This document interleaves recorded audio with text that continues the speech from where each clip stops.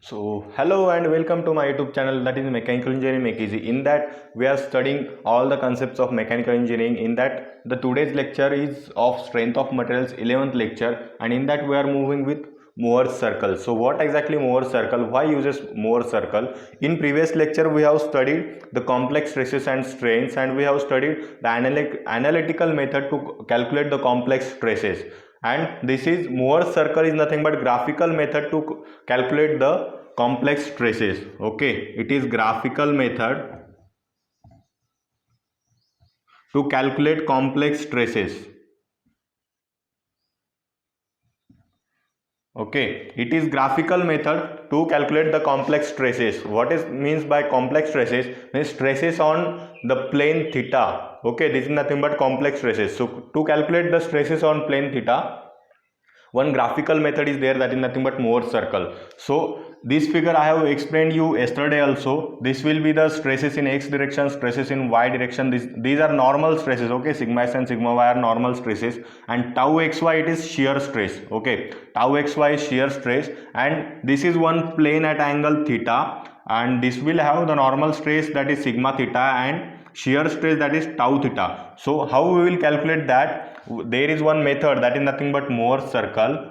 So on y axis the tau, that is shear stress value, will be there, and on x axis the sigma, that is normal stress value, will be there. Okay, so how we will locate it? We will simply do one thing, that is nothing but this will be center of that. And how we will get this center? Okay, we will have the value of sigma 1 and sigma 2, that is nothing but principal planes. Okay, the value of sigma 1 and sigma 2 are the maximum principal stress and minimum principal stress. These are principal planes, and this is the sigma dash, that is nothing but sigma average. Okay, and which is equal to sigma 1 plus sigma 2 by 2.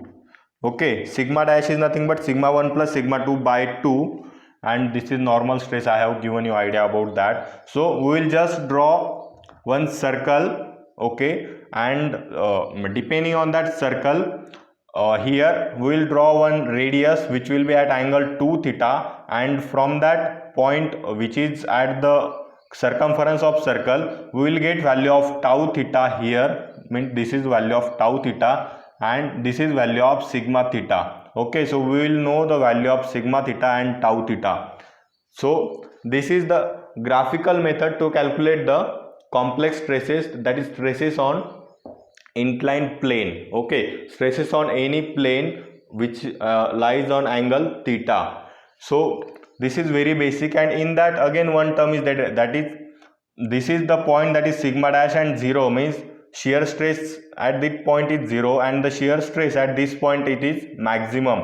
Okay, and here the sigma dash is, that is nothing but average stress, and when the tau will be maximum, that is nothing but at theta is 45 degree, because this angle will be 90 degree, and 90 degree equal to 2 theta means theta will be 45 degree. So if that plane lies at the angle of 45 degree, then the shear stresses will be maximum. Okay, so this point is also notable point here. So draw this figure, and if you have any confusion, then you can ask me in comment box. This phi is angle of obliquity, that we have studied in previous lecture also.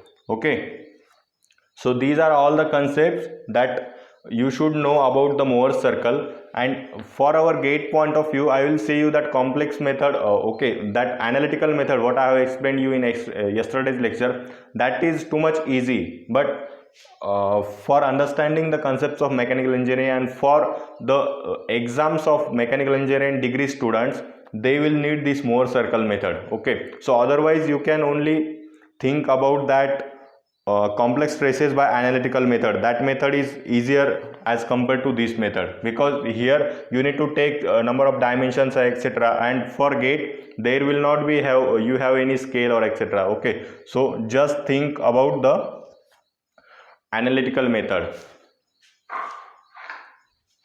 And now we will look some different cases here.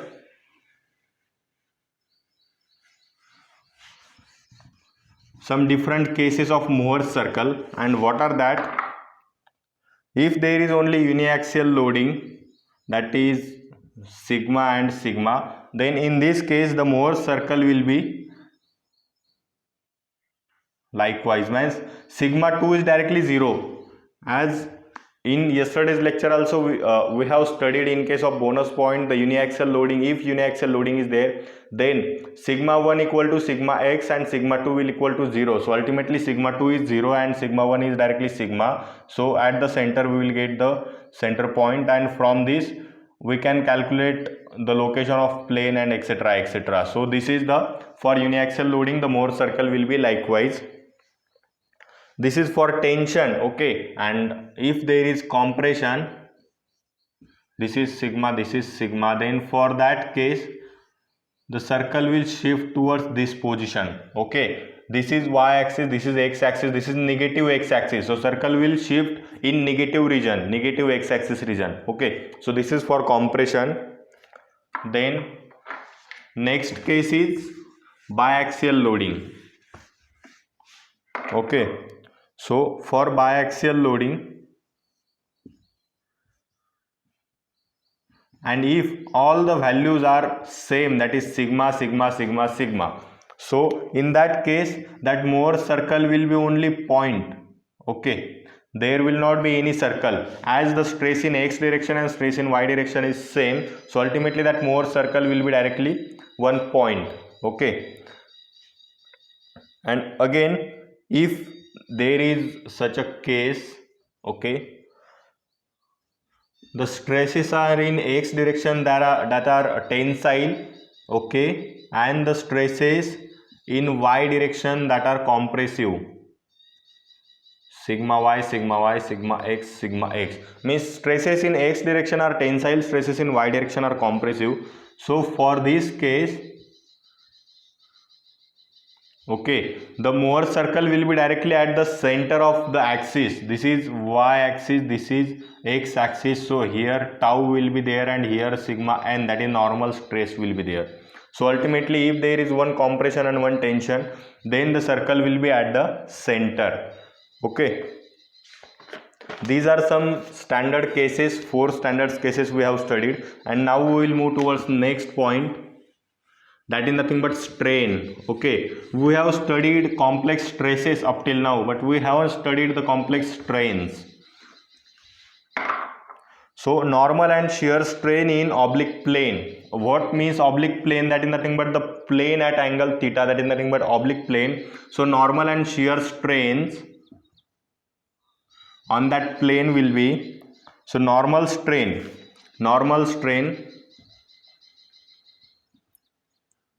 which is denoted by epsilon theta, which will be equal to epsilon x plus epsilon y upon 2 plus epsilon x minus epsilon y upon 2 into cos 2 theta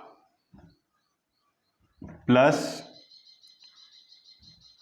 gamma xy upon 2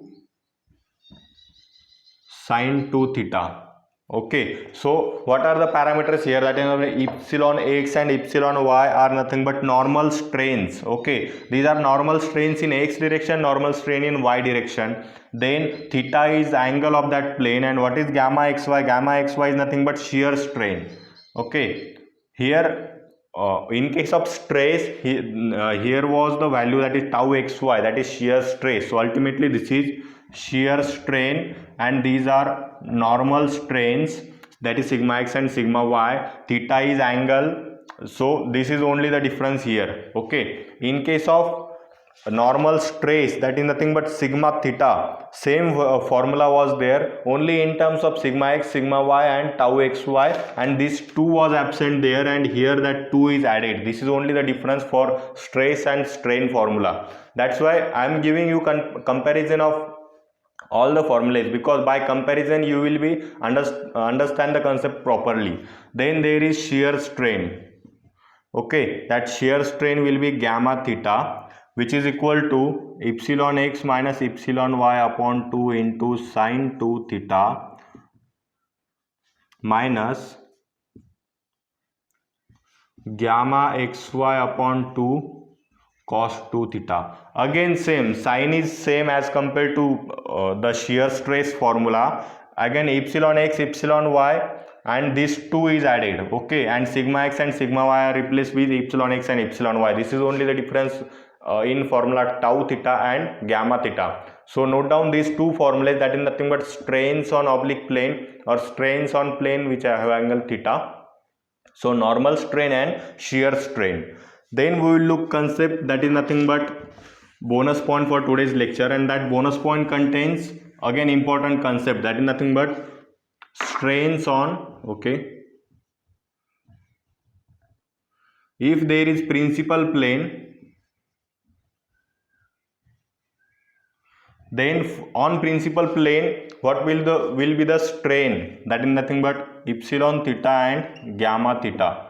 This is nothing but normal strain and this is nothing but shear strain on the principal plane. So what is the principal plane? Principal plane means the shear stress is equal to 0, okay. So ultimately here what will happen, there will be principal plane will have don't have any value of epsilon theta and gamma theta. The principal plane will have value of epsilon 1 and epsilon 2, like maximum principal stress and maximum principal strain. Same term will be here, that is maximum principal strain and maximum principal minimum principal strain. So that epsilon 1 comma epsilon 2, which is equal to epsilon x plus epsilon y upon 2 plus minus under root of epsilon x minus epsilon y upon 2 whole square plus gamma xy upon 2 whole square. Okay, so if we need to consider maximum principal strain, then this will be a plus sign, that is epsilon x plus epsilon y upon 2 plus under root of epsilon x minus epsilon y upon 2 whole square plus gamma xy upon 2 whole square. And if we need to consider minimum principal strain, then simply remove that plus sign and add minus sign, that is epsilon x plus epsilon y by 2 minus under root of epsilon x minus epsilon y by 2 whole square plus gamma xy by 2 whole square. Okay, you can compare this formula with that maximum principal stress and minimum principal stress formula. All the terms are same, only sigma x is replaced with epsilon x, sigma y is replaced with epsilon y, and tau xy is replaced with gamma xy by 2. Okay, so this is the formula for principal planes, that is maximum principal strain and minimum principal strain. Then what will be the maximum shear strain? Okay, these are principal strains, but we are looking the maximum shear strain. So maximum shear strain, which will be equal to gamma max, which is equal to modulus of epsilon 1 minus epsilon 2. This is nothing but maximum shear strain, which is equal to gamma max modulus of epsilon 1 minus epsilon 2, means you can get from here. So how it will be, that is nothing but epsilon 1, okay, so this term plus this term minus epsilon 2, so minus this term plus this term, so ultimately twice under root of epsilon x minus epsilon y to 2 plus gamma xy by 2 square. Okay, so this will be the maximum principal strain, that is epsilon 1 minus epsilon 2 modulus. So this is nothing but maximum principal strain, and these are the strains on the principal plane. So I have completed all the concepts of calculation of principal stresses and principal strains, and in next lecture I will come up with some again basic concept like types of beam, types of supports, etc. So stay tuned for that. If you are enjoying my session, then please like, share and subscribe. Okay, so we will meet again. Thank you.